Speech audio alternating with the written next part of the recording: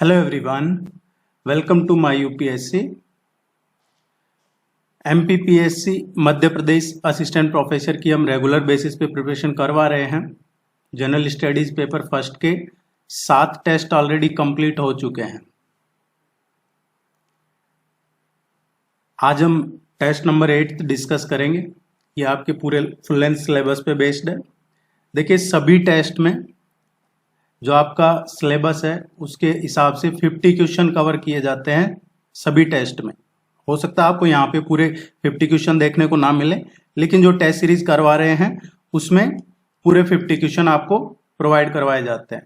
आपको अगर test series join करनी है तो इस नंबर पे व्हाट्सअप कर सकते हैं, कॉन्टैक्ट कर सकते हैं। ये टेस्ट सीरीज का लिंक आपको नीचे वीडियो के नीचे डिस्क्रिप्शन में कॉमेंट सेक्शन में मिल जाएगा। आप वहां से भी जाके टेस्ट सीरीज ज्वाइन कर सकते हैं। हिंदी और इंग्लिश दोनों में अवेलेबल है टेस्ट सीरीज। आप चैनल को सब्सक्राइब कर लीजिए ताकि आपको रेगुलर बेसिस पे टेस्ट या उनका नोटिफिकेशन मिलता रहेगा। Let's begin.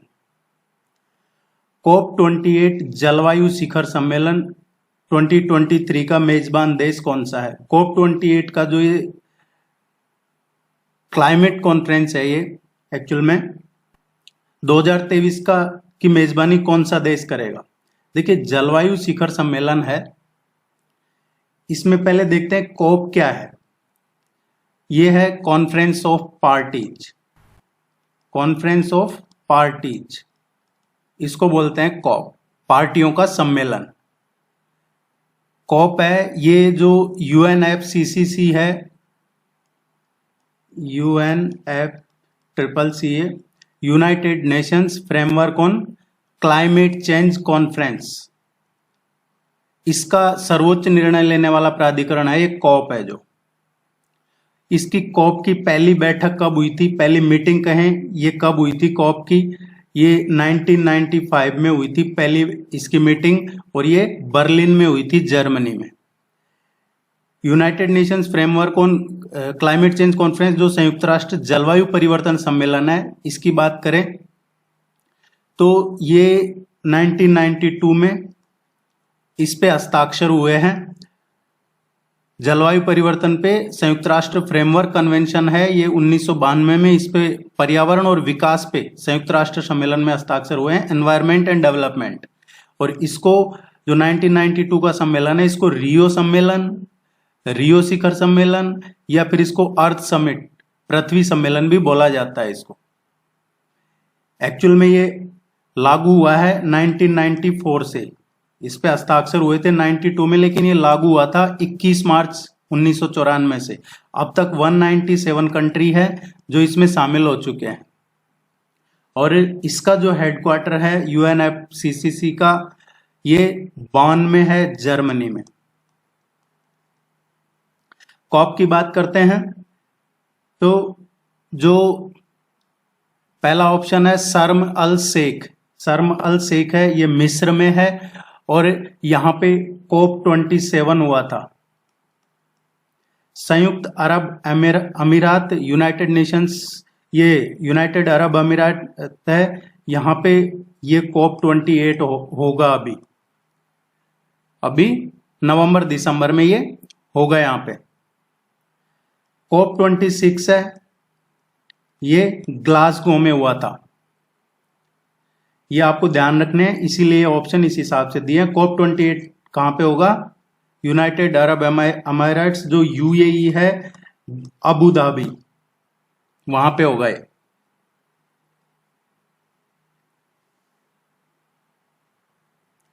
निम्नलिखित में से कौन सा खनिज मात्र मध्य प्रदेश में पाया जाता है? ऐसा कौन सा खनिज है जो देश में सिर्फ ओनली मध्य प्रदेश में ही पाया जाता है? ये पन्ना है, ये सिर्फ ये हीरा, ये मध्य प्रदेश में पाया जाता है। पहले ब्राजील और साउथ अफ्रीका में भी हीरा है, उसके जमाव नहीं थे, उसकी माइंस नहीं थी, सिर्फ इंडिया में ही थी। और अभी है जो पन्ना है, पन्ना डिस्ट्रिक्ट, यहाँ पे एक मझगंवा खदान है, वहां से हीरे का उत्पादन किया जाता है। और इसको कौन देखता है मध्य प्रदेश में? NMDC, जो माइनिंग डेवलपमेंट कॉर्पोरेशन है, राष्ट्रीय खनिज विकास निगम मध्य प्रदेश का, ये इसको देखता है।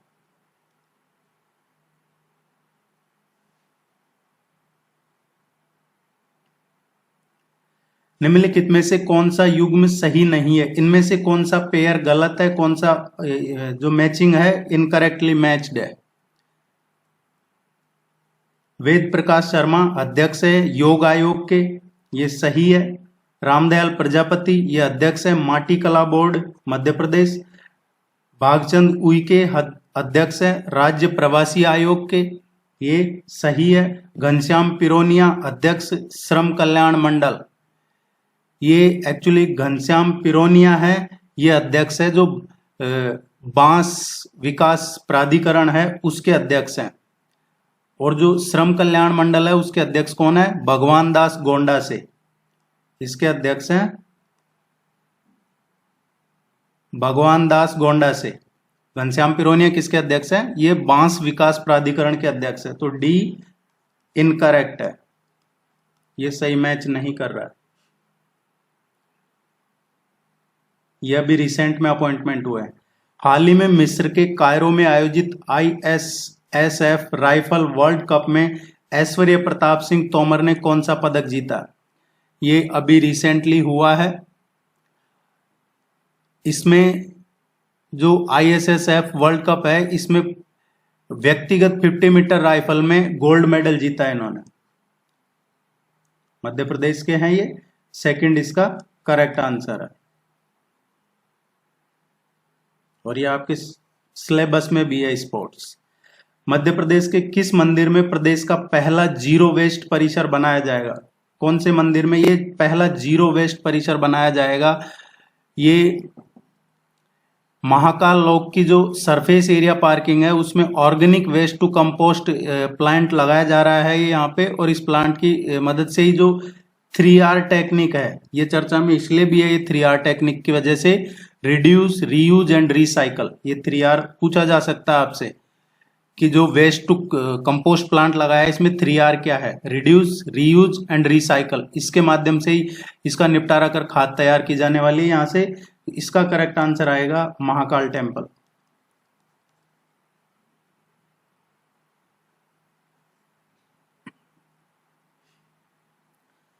मध्य प्रदेश राज्य खाद्य आयोग की स्थापना किस कानून के तहत की गई है? जो खाद्य सुरक्षा कानून है ये 2013 में बनाया था, खाद्य सुरक्षा कानून। और मध्य प्रदेश खाद्य संरक्षण आयोग है, जो ये राज्य खाद्य आयोग है, ये इसका गठन भी इसी के अकॉर्डिंग किया है। ये जुलाई 2017 में 2017 में किया गया था। इसकी एक धारा है 16, उसके तहत इसको बनाया गया था।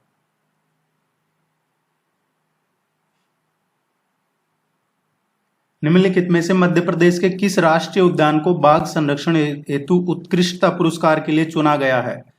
मध्य प्रदेश के किस राष्ट्रीय उद्यान को बाघ संरक्षण हेतु उत्कृष्टता पुरस्कार, बाघ संरक्षण हेतु, ये जरूर ध्यान रखिएगा क्योंकि इसमें एक और कंफ्यूजन है, वो अभी बता देता हूं मैं। देखिए अभी रिसेंटली जो वर्ल्ड वाइल्ड लाइफ फंड है, WWF world wild life fund, इसने ये जारी किए अभी सूचना। इसके अकॉर्डिंग एक तो पेंच टाइगर रिजर्व है, पेंच रिजर्व जो उसको मिला है टाइगर कंजर्वेशन के लिए, और सतपुड़ा को मिला है उत्कृष्टता पुरस्कार। जो सतपुड़ा है इसको उत्कृष्टता पुरस्कार मिला है और इसको जो मिला है वो टाइगर कंजर्वेशन के लिए मिला है। ये दोनों जरूर ध्यान रखिएगा।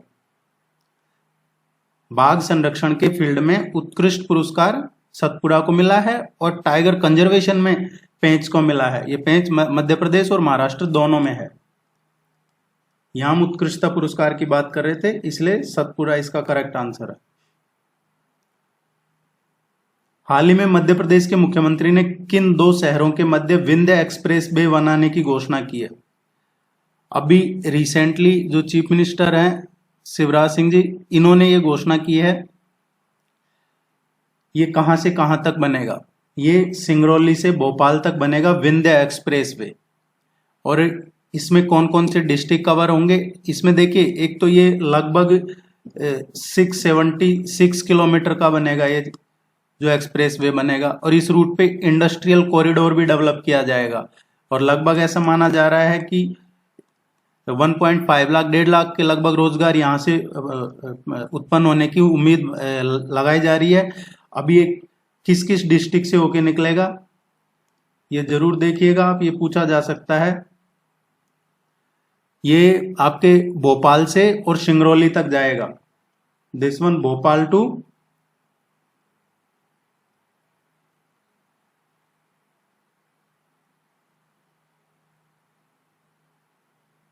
ये यहां तक निकलेगा, भोपाल, सागर, दामोह, इसके बाद में सतना, ये रेवा और सिद्धि और सिंगरौली। कोई इसको रीवा भी बोल रहा था आज, ये रीवा रेवा जैसे आपके समझ में आ जाए। पढ़ाई पे ध्यान दो। इसका करेक्ट आंसर आएगा सिंगरौली से और भोपाल तक। ये डिस्ट्रिक्ट के नेम जरूर आप ध्यान रखिएगा, ये मेरा रिक्वेस्ट है आपसे, क्योंकि ये पूछा जा सकता है एग्जाम में।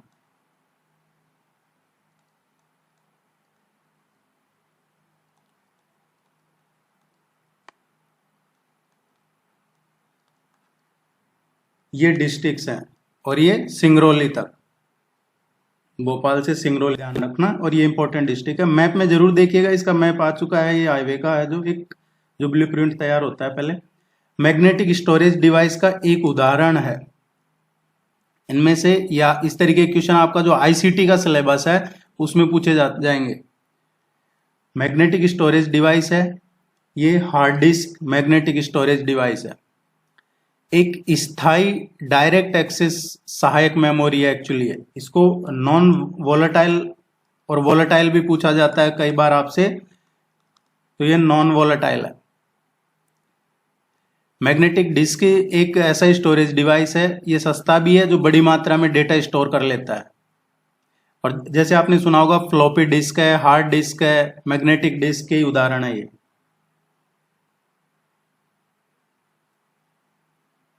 कोई भी क्वेरी है आप जरूर डिस्कस कीजिएगा, पूछ लीजिएगा आपके एग्जाम से रिलेटेड। हाल ही में किस भारतीय को ऑर्डर ऑफ ऑस्ट्रेलिया सम्मान से सम्मानित किया गया है? किस इंडियन को यह अवार्ड दिया गया है अभी रिसेंटली? ये उद्योगपति रतन टाटा को अभी दिया गया है। ये अवार्ड है जो आमतौर पे ये पुरस्कार ऑस्ट्रेलियाई नागरिकों को दिया जाता है जो अपने काम में ऑस्ट्रेलिया या इंटरनेशनल लेवल पे एक पॉजिटिव चेंजेस लाते हैं, सकारात्मक बदलाव लाते हैं। हालांकि कभी कभी ये अवार्ड है जो उन लोगों को भी दे दिया जाता है जो ऑस्ट्रेलिया के नागरिक नहीं है।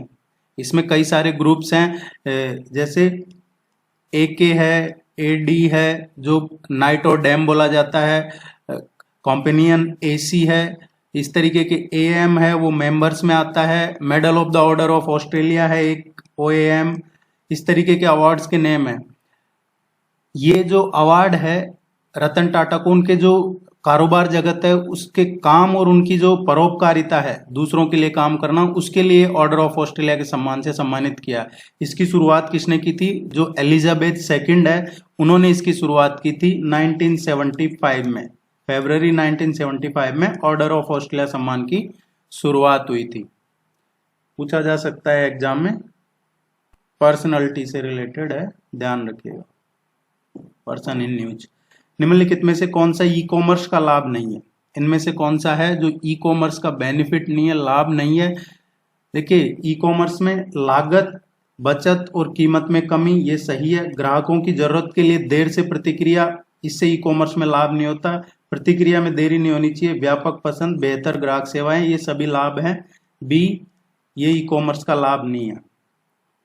ई कॉमर्स क्या है? इलेक्ट्रॉनिक कॉमर्स, इलेक्ट्रॉनिक नेटवर्क, आमतौर पे इंटरनेट पे जो वस्तुओं की और सेवाओं की खरीद और बिक्री होती है, या पैसा है या डेटा है उसका ट्रांसफर होता है। ई कॉमर्स एक व्यवसाय एक्चुअली, इसमें किसी भी प्रकार का जो व्यवसाय होता है उसमें जो लेन देन है उसको बताता है ये, जिसमें पक्ष व्यक्ति के बजाय एक दूसरे के साथ में आपसी रूप से इसमें संवाद होता है।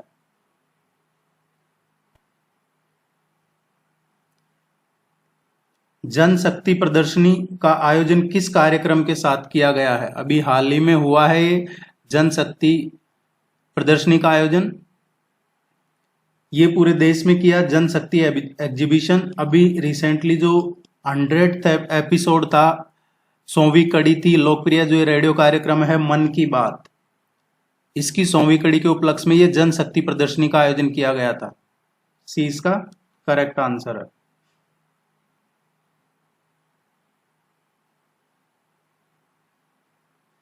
किस कंपनी को हाल ही में नवरत्न सीपीएसई का दर्जा दिया गया है?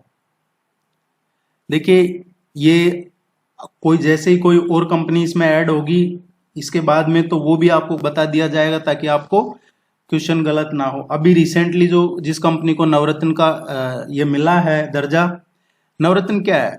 नवरत्न कंपनी वो होती है 1000 करोड़ रुपीज जो बिना गवर्नमेंट की परमिशन के 1000 रुपए तक का निवेश करने की जिसके पास आजादी हो, वित्तीय स्वायत्तता हो, उसको बोला जाता है नवरत्न कंपनी। ये सार्वजनिक क्षेत्र की कंपनियां होती है। अभी रिसेंटली जो मिनिस्ट्री ऑफ फाइनेंस मिनिस्ट्री है उसने आरवीएनएल रेल विकास निगम लिमिटेड को यह दर्जा दिया है।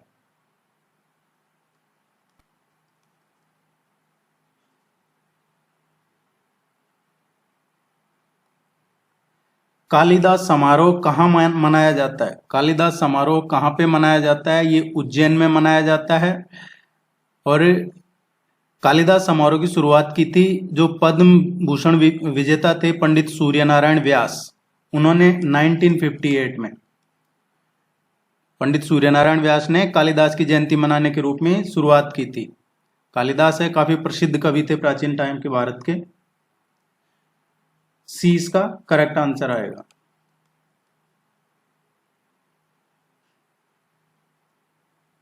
मध्य प्रदेश की उर्मिला परियोजना निम्नलिखित में से किस राज्य के सहयोग से बनी है? किस राज्य के सहयोग से ये परियोजना बनाई गई है? देखिए, ये नदी घाटी परियोजना है, जो भारत में नदी घाटी परियोजना है उन्हीं में आती है उर्मिल सिंचाई परियोजना।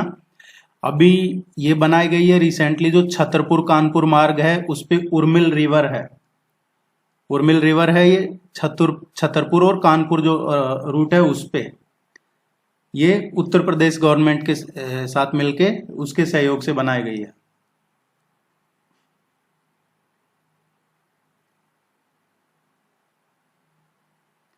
मूलभूत शिक्षण सर्वेक्षण FLS निम्नलिखित में से किसके द्वारा जारी किया जाता है? यह है फंडामेंटल लर्निंग सर्वे। फंडामेंटल लर्निंग सर्वे है ये। अभी रिसेंटली जो केंद्रीय शिक्षा मंत्रालय और जो NCERT है, राष्ट्रीय शैक्षिक अनुसंधान एवं प्रशिक्षण परिषद, इन दोनों ने ज्वाइंट रूप से ये नेशनल लेवल पे मूलभूत शिक्षण सर्वेक्षण जो फाउंडेशनल लर्निंग सर्वे है ये किया है। 20 का करेक्ट आंसर है। अगर शिक्षा मंत्रालय नहीं है और NCERT भी दे रखा है तो आप NCERT को भी टिक कर सकते हैं, और दोनों दे रखा है तो दोनों भी सही है। हिंगलाजगढ़ किला मध्य प्रदेश के किस जिले में है? ये क्षत्रिय हैं, उनकी कुल देवी मानी जाती है हिंगलाज माता है जो, और ये मंदसौर में है। मंदसौर जिले में एक तहसील है भानपुरा तहसील, वहां पे है ये। आर्ट कल्चर से इस तरीके के क्वेश्चन आपके एक्सपेक्टेड हैं। गोंडवाना क्षेत्र मध्य प्रदेश के किस क्षेत्र में पड़ता है? गोंडवाना है रीजन है ये मध्य प्रदेश में किस क्षेत्र में है?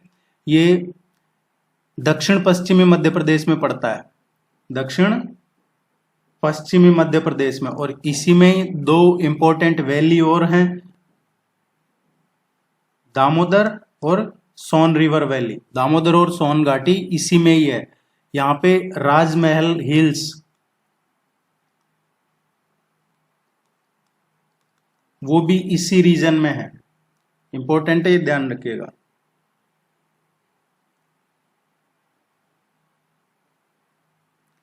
किस देश ने हाल ही में क्रिप्टो फर्मों का लाइसेंस देने की पहल शुरू की है? क्रिप्टो फर्म है, इसकी पहल अभी की है ये अल साल्वाडोर ने की है। ये सेंट्रल अमेरिकी देश है, इसने ये क्रिप्टो फर्मों को लाइसेंस देने की पहल शुरू की है। इसमें एक नाम आपको ध्यान में रखना है, बिटफिनिक्स। बिटफिनिक्स ये पहली क्रिप्टो करेंसी कंपनी बन गई है। डी इसका करेक्ट आंसर, अल साल्वाडोर ने शुरुआत की है। मध्य प्रदेश के किस स्थान पर जोगेश्वरी देवी का मेला आयोजित किया जाता है, आयोजित होता है? जोगेश्वरी देवी का है ये मेला चंदेरी में लगता है। अशोकनगर जिले में है ये चंदेरी, यहाँ पे लगता है। और कहा जाता है कि जो चंदेरी के शासक थे वो इनके इसके भक्त थे, ये जो देवी है इनके, और इसका उल्लेख है ये महाभारत में भी है। चंदेरी किसके लिए फेमस है? चंदेरी बुंदेलखंड की जो बुंदेलखंड शैली की जो साड़ियां हैं उनके लिए भी काफी फेमस है चंदेरी। पारंपरिक हस्त निर्मित साड़ियों का एक काफी फेमस सेंटर है यहाँ पे। इस पे आप देखें तो चंदेरी में गुप्त रहे हैं, प्रतिहार भी रहे हैं, स्लेव डायनेस्टी हो, चाहे तुगलक, खिलजी, अफगान, गौरी या फिर सिंधिया, राजपूत, इन सब ने चंदेरी पे रूल किया, शासन किया है यहाँ पे। और महमूद खिलजी से चंदेरी को किसने जीता था? महमूद खिलजी से राणा सांगा ने।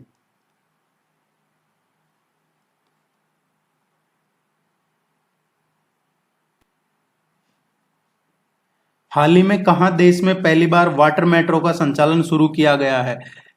ये अभी वाटर मेट्रो का संचालन शुरू किया गया है। देखिए ये किया है कोच्चि में। कोच्चि से है जो अलग अलग ये लगभग 10 द्वीप हैं, 10 आइलैंड। यहाँ जाने में प्रॉब्लम्स थी, परंपरागत ट्रेन यहाँ से चलाई नहीं जा रही थी। अब उसको अवॉइड करने के लिए एक खास तरह की ट्रेन चलाई है, ये वाटर मेट्रो ट्रेन है, जो जिसके अंदर मेट्रो जैसी सुविधाएं होंगी इसमें। और इसमें एक और पूछा जा सकता है आपसे कि किसकी मदद से ये बना शुरू की है, फंडिंग कौन कर रही है? तो इसमें जो केरला गवर्नमेंट है उसको जर्मनी की मदद से फंड मिल रही है, जर्मनी का जो KfW बैंक है उसकी मदद से। और इसको अभी रिसेंटली प्राइम मिनिस्टर मोदी ने इसका उद्घाटन किया है कोच्चि में 25 अप्रैल को, 25 अप्रैल 2023 को।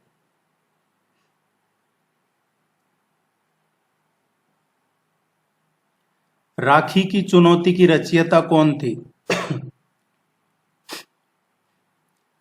देखिए राखी की चुनौती की रचयिता थी सुभद्रा कुमारी चौहान। ये कवियत्री रही है और इन्होंने जो ये रचना की थी राखी की चुनौती, ये उस टाइम आजादी की लड़ाई में लड़ने के लिए ये रचना की थी। ज्यादा से ज्यादा इंडियंस को, ज्यादा से ज्यादा यहाँ के देश में रहने वाले लोगों को जागरूक करने के लिए उनको इन्होंने ये रचना की थी। इसमें है जो वैसे जो हिंदी के लिटरेचर वाले हैं उनको पता होगा, इसकी एक लाइन है वो काफी चर्चा में रहती है अक्सर। जब भी 15 अगस्त, 26 जनवरी या नेशनल मूवमेंट या कोई कवि सम्मेलन होता है मध्य प्रदेश में, तो इनका जिक्र जरूर होता है। इसमें है आती मुझे याद चित्तौड़गढ़ की, धधकती है दिल में वह जौहर सी ज्वाला, है तो बड़े हाथ राखी पड़ी है, रेशम सी कोमल नहीं ये कड़ी है, इसी प्रण को लेकर बहन खड़ी है, आते हो भाई पूछती हूँ कि माता के बंधन की लाज तुमको, तो बंदी बनो देखो बंधन है कैसा, चुनौती है राखी की आज तुमको। इस तरीके की ये कविता है, कुछ आप देखिएगा जरूर, काफी अच्छी कविता है ये।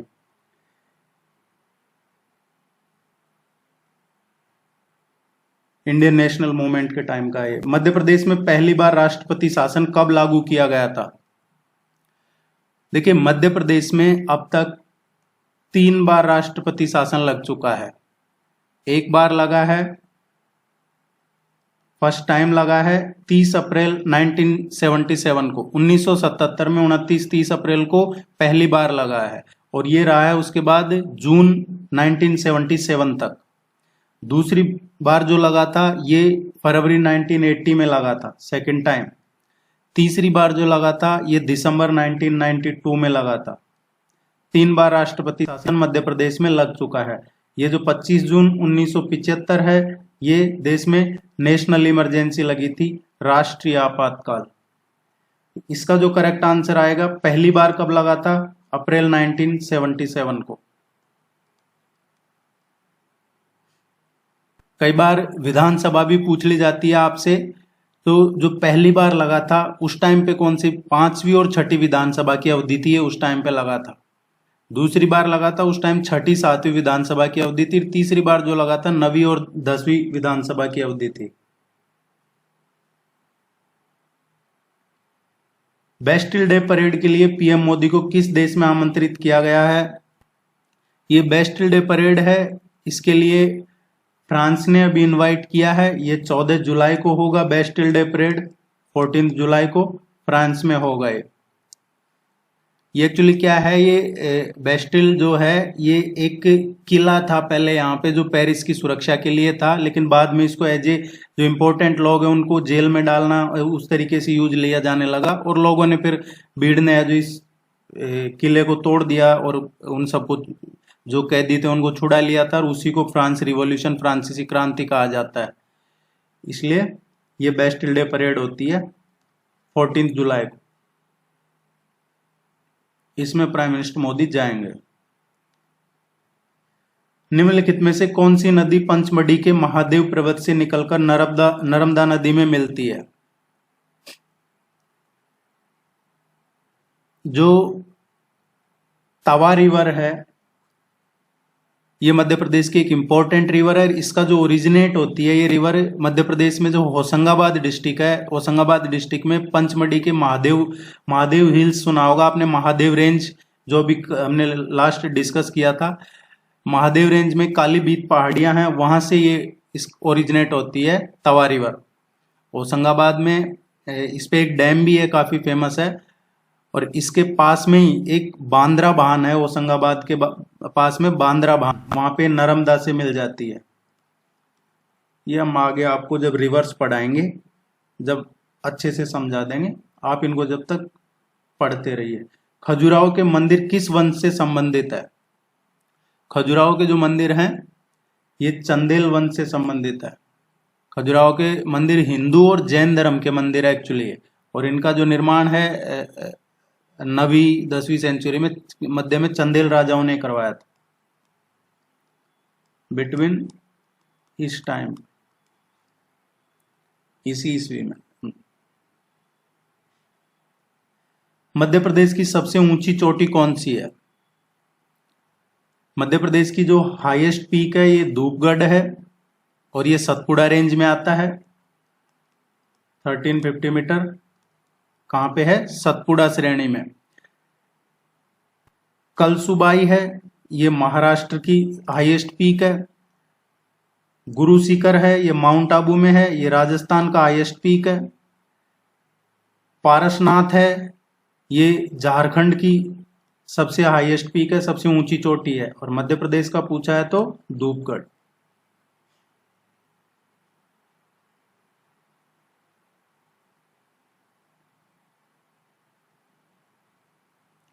नीचे 4 युग्म दिए हैं, इनमें से कौन सा युग्म सही सम्मिलित है, सही से सुमेलित है, कौन सा करेक्टली मैच है, ये देखना है।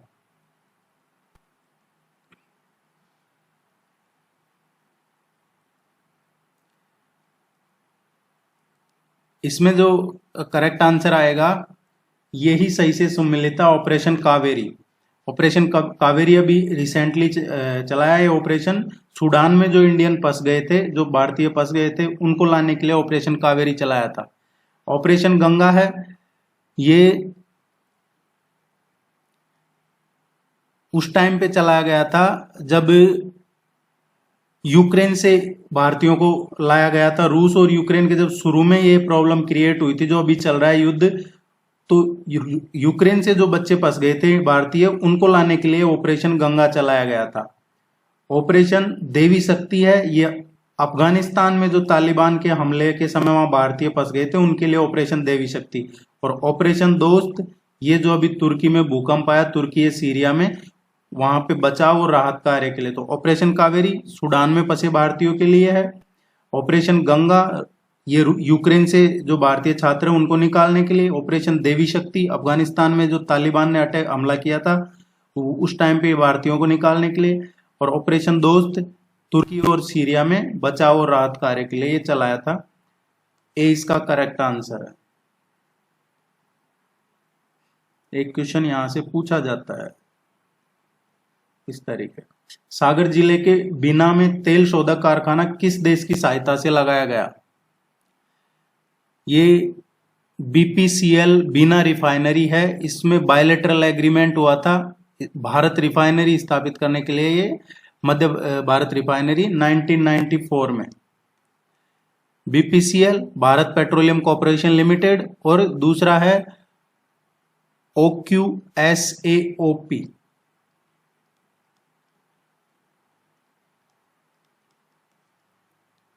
और एक है बीपीसीएल। इन दोनों के बीच में ये एग्रीमेंट हुआ था, जब जाके ये बिना तेल शोधक कारखाना लगाया था। ये जो OQSAOP है, ये है पूर्व ओमान ऑयल कंपनी। इन दोनों का ये जॉइंट था। ओमान इसका करेक्ट आंसर है। इस रिफाइनरी का क्वेश्चन पूछा जाता है ज्यादातर एग्जाम्स में।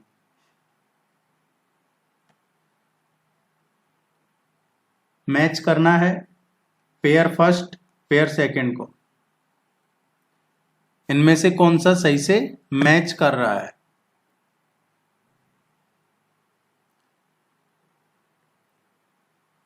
देखिए, इसरो का है शुक्रयान, ये सही है। जो शुक्रयान फर्स्ट है, ये भारतीय अंतरिक्ष अनुसंधान संगठन है, उसके द्वारा इस शुक्र का अध्ययन करने के लिए ये प्रस्तावित मिशन है, इसलिए पहला स्टेटमेंट सही है। मैगलन है, ये यूरोपियन स्पेस एजेंसी का नहीं है, मैगलन है नासा का है। और ये जो नासा का है द विंची प्लस वेरिटोस, नासा के हैं ये दोनों, विंची और वेरिटोस। ये अभी प्रस्तावित आगामी मिशन है जो शुक्र ग्रह के विषय में ही है। ये तीनों ही शुक्र से रिलेटेड मिशन है।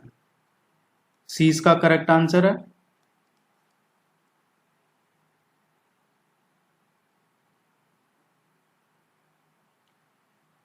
मध्य प्रदेश में जल संरक्षण प्राधिकरण की स्थापना कब की गई?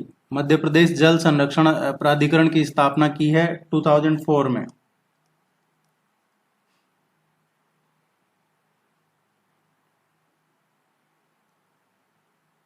निम्नलिखित में से किस राज्य को नर्मदा रिवर नदी का पानी नहीं मिलता है? इनमें से कौन सा राज्य है जो पार्ट ऑफ जो नर्मदा वाटर शेयर है उसमें नहीं आता है? देखिए, नर्मदा का राजस्थान, महाराष्ट्र और गुजरात को वाटर शेयरिंग है, पानी मिलता है। छत्तीसगढ़ को नहीं मिलता नर्मदा रिवर का पानी।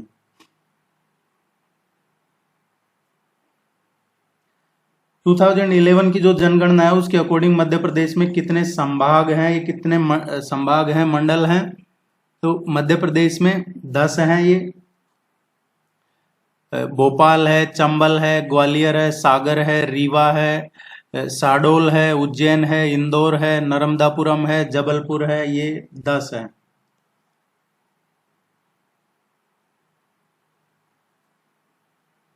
मध्य प्रदेश का कौन सा वन्यजीव अभ्यारण्य क्षेत्रफल की दृष्टि से सबसे बड़ा है? क्षेत्रफल की दृष्टि से नौरा देवी जो है ये सबसे बड़ा है अभी।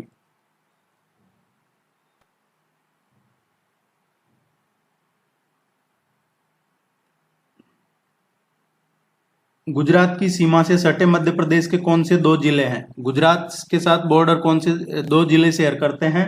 अलीराजपुर और झाबुआ।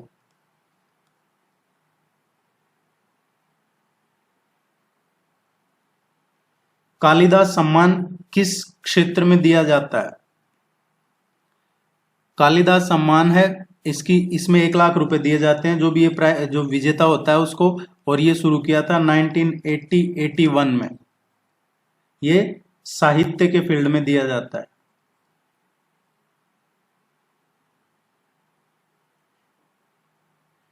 नृत्य महोत्सव के लिए कौन सा शहर प्रसिद्ध है? नृत्य महोत्सव के लिए खजुराहो फेमस है। मध्य प्रदेश कला परिषद है, यहाँ पे हर साल खजुराहो नृत्य महोत्सव का आयोजन करता है। और ये 2010 से शुरू हुआ था, 2010 से। और ये हर साल 1 से और 7 फरवरी तक चलता है। ये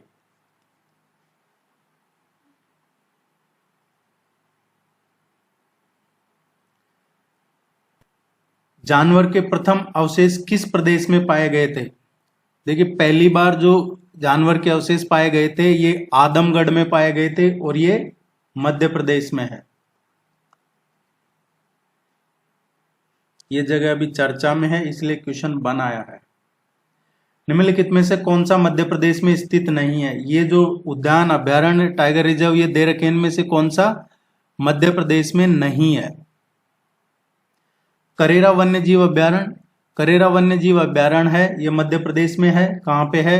शिवपुरी डिस्ट्रिक्ट है मध्य प्रदेश में, शिवपुरी जिले में है ये। और इसकी स्थापना कब हुई थी? 1981 में। दूसरा जो बांधवगढ़ राष्ट्रीय उद्यान है, ये भी मध्य प्रदेश में है, जो मध्य प्रदेश का उमरिया जिला है, उमरिया डिस्ट्रिक्ट, उसमें है ये। यहाँ पे जो बंगाली टाइगर है, बंगाल टाइगर्स, वो यहाँ कई पाए जाते हैं। इसके अलावा और भी कई बाघ हैं यहाँ पे। घाटी गांव वन्यजीव अभ्यारण्य है, ये ग्वालियर में है। इंद्रावती, ये national park, Indravati tiger reserve, ये कहाँ पे है? इंद्रावती रिवर है, उसकी वजह से ये इसका नाम पड़ा है, और ये छत्तीसगढ़ में है।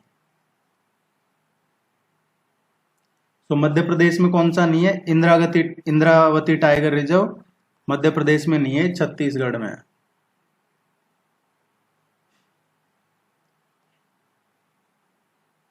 कुमार गंधर्व पुरस्कार किस क्षेत्र से संबंधित है? कुमार गंधर्व है, ये एक संगीतकार थे, और ये पुरस्कार उन्हीं के नाम पे, इसका पुरस्कार का नाम रखा है कुमार गंधर्व। ये देवास जिले के रहने वाले थे, मध्य प्रदेश में देवास डिस्ट्रिक्ट के थे ये। संगीत के क्षेत्र में ये पुरस्कार दिया जाता है।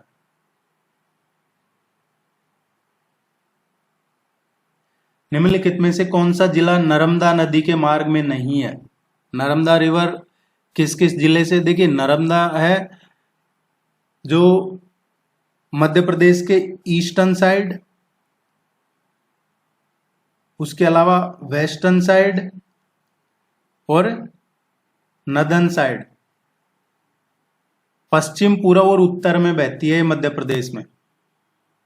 जबकि जो विदिशा है ये उत्तर मध्य में है मध्य प्रदेश के। आप देखेंगे कौन कौन से डिस्ट्रिक्ट्स आते हैं इसमें, नर्मदा रिवर के इसमें मार्ग में। ये शहडोल हो गया, मंडला है, जबलपुर है, नरसिंहपुर है, होशंगाबाद है, खंडवा है, खरगोन है, ये यहां से बहती है। आगे रिवर्स पढ़ेंगे जब इसको और अच्छे से क्लियर आपको समझा दिया जाएगा। निम्नलिखित में से कौन सा क्षेत्र मध्य प्रदेश का नहीं है? इनमें से कौन सा मध्य प्रदेश का नहीं है? हाड़ौती रीजन है, ये मध्य प्रदेश का नहीं है। गिर्द, महाकौशल, नीमर, मालवा, बुंदेलखंड क्षेत्र मध्य प्रदेश में है। ये बुंदेलखंड क्षेत्र मध्य प्रदेश में है। ये सारे गिर्द, महाकौशल, नीमर, मालवा, बुंदेलखंड क्षेत्र ये सारे मध्य प्रदेश में है। हाड़ौती जो है, हाड़ौती एक्चुअली कहाँ है? राजस्थान में है।